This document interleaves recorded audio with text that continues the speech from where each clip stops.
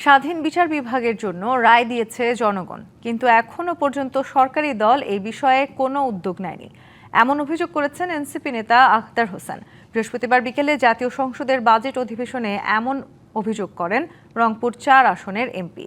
অন্যদিকে আরেক এনসিপি নেতা ও কুমিল্লা ৪ আসনের এমপি হাসনাত আবদুল্লাহ বলেছেন, জনগণের টাকা দিয়ে বিলাসিতা বন্ধ করতে হবে এবং ঋণ খেলাপিদের ঋণ খেলাপিই বলতে হবে। প্রস্তাবিত বাজেটে রাজস্ব আয় অর্জনের সক্ষমতা নিয়েও প্রশ্ন তোলেন তিনি। অন্তর্বর্তী সরকারের সময় বসুন্ধরা সংশ্লিষ্টদের বিরুদ্ধে করা মামলার অগ্রগতি সম্পর্কে জানতে চান তিনি। আমাদের দেশের ইনভেস্টমেন্ট ফ্রেন্ডলি একটা এনভায়রনমেন্ট ক্রিয়েট করা হয়েছে।